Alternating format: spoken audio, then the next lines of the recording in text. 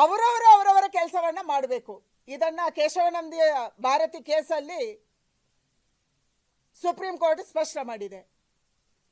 ಆದರೆ ಇವತ್ತು ಕಾಂಗ್ರೆಸ್ಸಿನ ಸರ್ಕಾರ ಜುಡಿಷಿಯರಿಗಿದ್ದಂತ ಪವರ್ ಅನ್ನ ಎಕ್ಸಿಕ್ಯೂಟಿವ್ಗೆ ಕೊಡಕ್ಕೆ ಹೊರಟಿದೆ. Section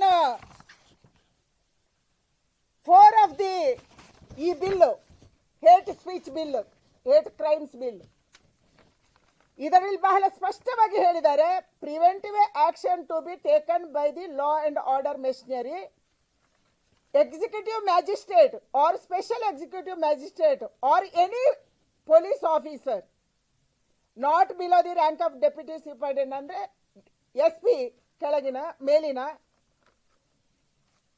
on receiving information and after such enquiry as he may think necessary as reason to believe that a person or a group of persons within the local limits of his jurisdiction is likely to commit an offense or has threatened to commit any offense under this act is of opinion that there is a sufficient ground for proceeding. Take necessary preventive action. ಯಾರೋ ಮಾಡ್ತಾರೆ, ನಾಳೆ ಯಾರೋ ತೊಂದರೆ ಮಾಡ್ತಾರೆ, ಯಾರೋ ಭಾಷಣ ಮಾಡ್ತಾರೆ, ಯಾರೋ ಕಾರ್ಯಕ್ರಮ ಮಾಡ್ತಾರೆ ಅಂದ್ರೆ ಅವ್ರು ಇವತ್ತೇ ಅರೆಸ್ಟ್ ಮಾಡಬಹುದು. ಯಾವುದರಲ್ಲಿ? ಈ ಹೇಟ್ ಸ್ಪೀಚ್ ಬಿಲ್ಲಿನ ಆಧಾರದಲ್ಲಿ. Number 2, offences by organisation or institution. ನಾನು ಯಾವುದೋ ಒಂದು ಸಂಸ್ಥೆದ್ದು ಅಧ್ಯಕ್ಷ ಆಗಿದ್ದೀನಿ, ಅಥವಾ ನೀವು ಯಾರ್ದೋ ಸಂಸ್ಥೆದ್ದು ಅಧ್ಯಕ್ಷ ಆಗಿದ್ದೀರಿ, ಕಾರ್ಯದರ್ಶಿ ಆಗಿದ್ದೀರಿ, ನೀವು ಮಾತಾಡಿದನ್ನ ನಿಮ್ಮ ಮೇಲೆ ಮತ್ತು ಆ ಆರ್ಗನೈಸೇಷನ್ ಮೇಲೆ ಎರಡರ ಮೇಲೆ ಕೂಡ ಕೇಸ್ ಹಾಕ್ಬೋದು. ಇದೇ ಬಿಲ್ಲಿನ ಆಧಾರದಲ್ಲಿ ಅವರಿಗೆ ನೀವು ಶಿಕ್ಷೆ ಕೊಡ್ಬೋದು. ಶಿಕ್ಷೆ ಎಷ್ಟು? 10 ವರ್ಷಗಳ ತನಕ ಈ ಶಿಕ್ಷೆಯನ್ನು ಕೊಡ್ಬೋದು. 1 ಲಕ್ಷ ಪೆನಾಲ್ಟಿ, ಮೊದಲ ಅಫೆನ್ಸ್ಗೆ 1 ಲಕ್ಷ 1 ವರ್ಷದ ಶಿಕ್ಷೆ ಮತ್ತು 50,000. ಆ ಡಿಸಿಗೆ ಅನ್ನಿಸ್ತು, ಆ SP ಗೆ ಅನ್ನಿಸ್ತು, ನನ್ನ ವಿರುದ್ಧ ಇವರು ಮಾತಾಡಿದ್ದಾರೆ. ಇವತ್ತು DC ವಿರುದ್ಧ ಮಾತಾಡ್ತೀವಿ, ನಾವು SP ವಿರುದ್ಧನೇ ಮಾತಾಡ್ತೀವಿ. ಅವನಿಗೆ ಅನ್ನಿಸ್ತಪ್ಪ ನನ್ನ ವಿರುದ್ಧ ಇವರು ಮಾತಾಡಿದ್ದಾರೆ ಅಂತಂದ್ರೆ ಈ ವಿಧೇಯಕದ ಕೆಳಗಡೆ ಅವನು SP ಅಥವಾ DC 10 ವರ್ಷಗಳ ಶಿಕ್ಷೆ ಮತ್ತು 1 ಲಕ್ಷ ಪೆನಾಲ್ಟಿಯನ್ನು ಹಾಕುವಂತ ಜವಾಬ್ದಾರಿ ಯಾರಿಗಿದೆ? ಜುಡಿಷಿಯರಿಗೆ ಅಲ್ಲ, ಎಕ್ಸಿಕ್ಯೂಟಿವ್ಗಿದೆ. DC ಮತ್ತು SP ಗಿದೆ. ಮೊದಲ ಬಾರಿಗೆ ನಮ್ಮ ದೇಶದಲ್ಲಿ ಎಕ್ಸಿಕ್ಯೂಟಿವ್ ಮತ್ತು ಜುಡಿಷಿಯರಿ ಮಧ್ಯೆ ತಂದಿಟ್ಟಿದ್ದಾರೆ. ಇವರು ಕನ್ಫ್ಯೂಷನ್ ಕ್ರಿಯೇಟ್ ಮಾಡಿದ್ದಾರೆ. ಇಷ್ಟು ದಿನಗಳ ಕಾಲ ನಾವು ಅನ್ಕೊಂಡಿದ್ವಿ ನಾವು ನ್ಯಾಯಾಲಯಕ್ಕೆ ಹೋದ್ರೆ ನಮಗೆ ನ್ಯಾಯ ಸಿಗುತ್ತೆ ಅಂತ ಹೇಳಿ. ಮೊದಲ ಬಾರಿಗೆ ಒಬ್ಬ DC ಅಥವಾ ಒಬ್ಬ SP ನಮ್ಮ ಭವಿಷ್ಯವನ್ನ ನಿರ್ಧಾರ ಮಾಡ್ತಾರೆ. ಯಾಕೆಂದ್ರೆ ನಾನು ನಾಳೆ ಸ್ಪೀಚ್ ಮಾಡಿದೆ, ನಾನು ಕಾಂಗ್ರೆಸ್ಗೆ ಬೈದೆ, 10 ವರ್ಷಗಳ ಶಿಕ್ಷೆ ಕೊಟ್ರೆ ನಾನು ಕಂಟೆಸ್ಟ್ ಮಾಡಂಗಿಲ್ಲ. ಇದರ ಹಿಂದಿರುವಂತ ಷಡ್ಯಂತ್ರ ಇದು. ನಾನು ಕಂಟೆಸ್ಟ್ ಮಾಡಂಗಿಲ್ಲ. ಯಾರು ಕಾಂಗ್ರೆಸ್ಸಿನ ವಿರುದ್ಧ ಮಾತಾಡ್ತಾರೆ ಅವರನ್ನ 100ಕ್ಕೆ 100 ಹತ್ತಿಕ್ಕುವಂತ, ಅವರಿಗೆ ಶಿಕ್ಷೆ ಕೊಡಿಸುವಂತ, ಅವರನ್ನ ಮುಗಿಸುವಂತ, ಒಂದು ಸಾರ್ವಜನಿಕ ಜೀವನದಿಂದ ಮುಗಿಸುವಂತ ವ್ಯವಸ್ಥಿತ ಷಡ್ಯಂತ್ರವನ್ನ ಇವತ್ತು ಕಾಂಗ್ರೆಸ್ ಸರ್ಕಾರ ಮಾಡ್ತಾ ಇದೆ. ನಾನು ಕಾಂಗ್ರೆಸ್ಗೆ ಕೇಳಕ್ಕೆ ಇಚ್ಛೆ ಪಡ್ತೀನಿ, ಯಾವ ಆಧಾರದಲ್ಲಿ ಇದನ್ನು ನೀವು ಮಾಡಿದಿರಿ? ಈ ದೇಶದಲ್ಲಿ ಮಾತಾಡ್ಲಿಕ್ಕೆ ನಮಗೆ ಹಕ್ಕಿಲ್ಲ. ನಾಳೆ ಕನ್ನಡ ರಕ್ಷಣಾ ವೇದಿಕೆಯವರು ಕಾವೇರಿ ವಿರುದ್ಧ ಹೋರಾಡಿದ್ರು, ಸರ್ಕಾರದ ವಿರುದ್ಧ ಮಾತಾಡಿದ್ರು, ಈ ಕೇಸಲ್ಲಿ ಆಗುವಾಗುತ್ತೆ. ನಾಳೆ ಮಹಿಳೆಯರು ಗೃಹಲಕ್ಷ್ಮಿ ದುಡ್ಡು ಬಂದಿಲ್ಲ ಅಂತ ಹೇಳಿ ಸರ್ಕಾರದ ವಿರುದ್ಧ ಮಾತಾಡಿದ್ರು, ಈ ಕಾನೂನು ಲಾಗ ಆಗುತ್ತೆ. ನಾಳೆ ಯುವಕರು ಉದ್ಯೋಗ ಸಿಕ್ಕಿಲ್ಲ ಅಂತ KPSC ವಿರುದ್ಧ ಹೋರಾಟ ಮಾಡಿದ್ರು, ಭ್ರಷ್ಟಾಚಾರ ಆಯ್ತು ಅಂತ ಹೋರಾಟ ಮಾಡಿದ್ರು, ಈ ಕಾನೂನು ಲಾಗು ಆಗುತ್ತೆ. ಅದಕ್ಕೆ ಏನ್ ಮಾಡಕ್ ಹೊರಟಿದ್ದೀರಿ ನೀವು? ಏನ್ ಮಾಡಕ್ ಹೊರಟಿದ್ದೀರಿ? ಕಾಂಗ್ರೆಸ್ ಸರ್ಕಾರ ಇವತ್ತು ವ್ಯವಸ್ಥಿತವಾಗಿ ಕರ್ನಾಟಕದ ಮೂಲಕ ಕರ್ನಾಟಕದಲ್ಲಿ ಯಾವ ಕಾನೂನು ಲಾಗ ಆಗುತ್ತೆ ಅದೇ ಕಾನೂನನ್ನು ಇವತ್ತು ಕಾಂಗ್ರೆಸ್ ಸರ್ಕಾರ ಬೇರೆ ರಾಜ್ಯದಲ್ಲಿ ಮಾಡ್ತಾ ಇದೆ. ಇದಕ್ಕೆ ಹಲವಾರು ಉದಾಹರಣೆ ಇದೆ.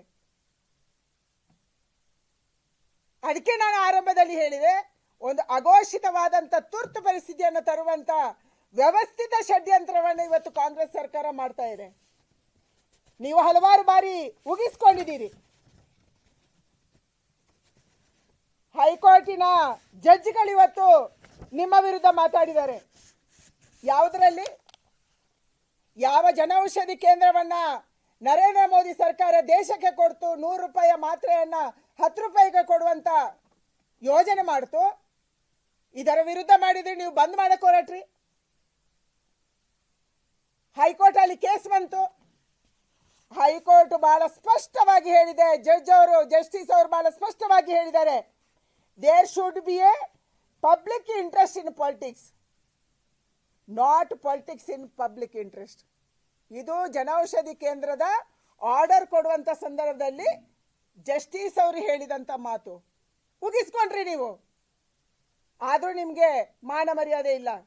ಮತ್ತೆ ಇವತ್ತು ನಮ್ಮನ್ನು ದಮನ ಮಾಡುವುದಕ್ಕೆ, ನಮ್ಮ ಸಂಘ ಸಂಸ್ಥೆಗಳನ್ನು ದಮನ ಮಾಡುವುದಕ್ಕೆ, ನಮ್ಮ ಬಾಯನ್ನು ಮುಚ್ಚಿಸುವುದಕ್ಕೆ, ಕನ್ನಡ ಸಂಘಗಳ ಬಾಯಿ ಮುಚ್ಚಿಸೋಕ್ಕೆ, ಅಂಗನವಾಡಿ ಕಾರ್ಯಕರ್ತೆಯರ ಬಾಯಿ ಮುಚ್ಚಿಸೋಕ್ಕೆ ಸರ್ಕಾರ ಈ ಬಿಲ್ ಅನ್ನು ತಂದಿದೆ. ಯಾವುದೇ ಕಾರಣಕ್ಕೆ ಇದನ್ನ ನಾನು ಬಹಳ ಸ್ಪಷ್ಟವಾಗಿ ನಿನ್ನೆ ರಾಜ್ಯಪಾಲರಿಗೆ ಪತ್ರವನ್ನು ಬರೆದಿದ್ದೀನಿ. ಸಂವಿಧಾನದ ಆರ್ಟಿಕಲ್ 200 ಪ್ರಕಾರ ಇದನ್ನು ನೀವು ಅಕ್ಸೆಪ್ಟ್ ಮಾಡಬಾರದು, ಇದಕ್ಕೆ ಅಸೆಂಟ್ ಹಾಕಬಾರದು, ಇದಕ್ಕೆ ಸಹಿ ಹಾಕಬಾರದು. ನೀವು ರಾಷ್ಟ್ರಪತಿಗಳಿಗೆ ಕಳಿಸಿದ್ರೆ ಖಂಡಿತವಾಗಿ ನಾನು ರಾಷ್ಟ್ರಪತಿಗಳಿಗೂ ಹೋಗಿ ಭೇಟಿ ಮಾಡ್ತೀನಿ. ಯಾವುದೇ ಕಾರಣಕ್ಕೆ ಕೂಡ ನಮ್ಮ ದೇಶದಲ್ಲಿ, ನಮ್ಮ ರಾಜ್ಯದಲ್ಲಿ ನಮ್ಮ ಅಭಿವ್ಯಕ್ತಿ ಸ್ವಾತಂತ್ರ್ಯಕ್ಕೆ, ನಮ್ಮ ಮಾತಿನ ಸ್ವಾತಂತ್ರ್ಯಕ್ಕೆ ಧಕ್ಕೆ ತರುವಂತ, ಅದನ್ನು ತಡೆ ಒಡ್ಡುವಂತ ಯಾವುದೇ ರೀತಿಯ ಬಿಲ್ಲನ್ನು ನಾವು ಒಪ್ಪೋದಿಲ್ಲ. ಇದು ಸರ್ಕಾರ ನಮ್ಮೆಲ್ಲರನ್ನ ದಮನ ಮಾಡುವುದಕ್ಕೆ ಮಾಡಿದಂತ ವ್ಯವಸ್ಥಿತ ಷಡ್ಯಂತ್ರ. ಇದನ್ನ ರಾಷ್ಟ್ರಪತಿಗಳಿಗೆ ಕೂಡ ನಾನು ಹೇಳೋಳಿದ್ದೀನಿ.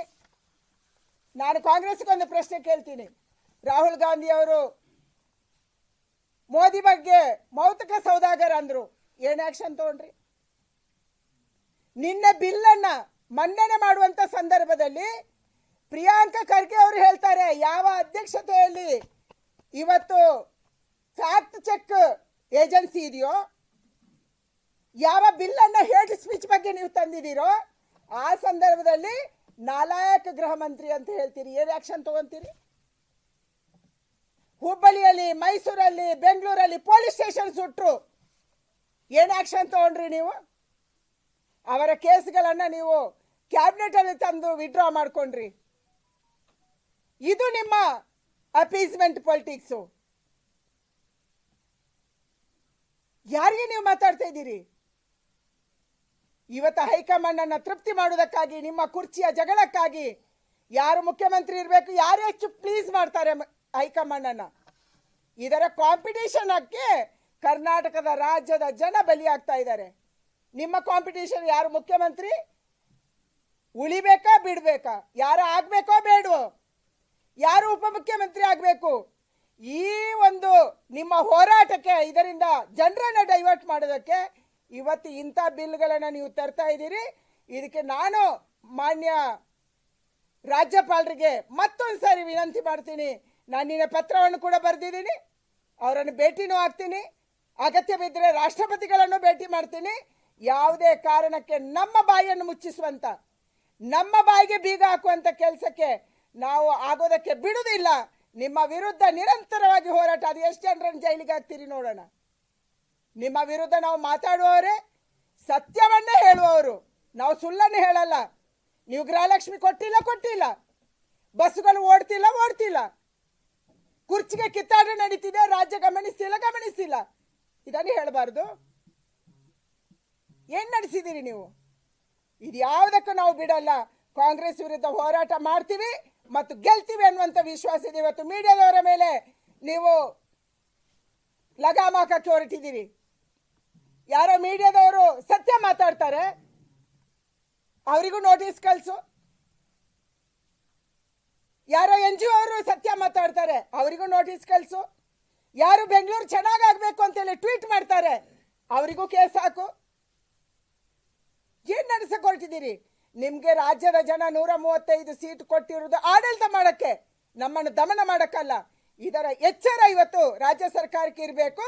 ಮುಖ್ಯವಾಗಿ ರಾಜ್ಯದ ಮುಖ್ಯಮಂತ್ರಿಗಳಿಗೆ, ಉಪಮುಖ್ಯಮಂತ್ರಿಗಳಿಗೆ, ಪ್ರಿಯಾಂಕ ಖರ್ಗೆ ಯಾರು ಬಾಯಿಗೆ ಬಂದಂಗೆ ಮಾತಾಡ್ತಾರೆ, ಅಪ್ಪನ ಹಿಂದೆ ನಿಂತ್ಕೊಂಡು. ಅವರತ್ತು ಸ್ವಂತ ಪೊಲಿಟಿಕ್ಸ್ ಇಲ್ಲ.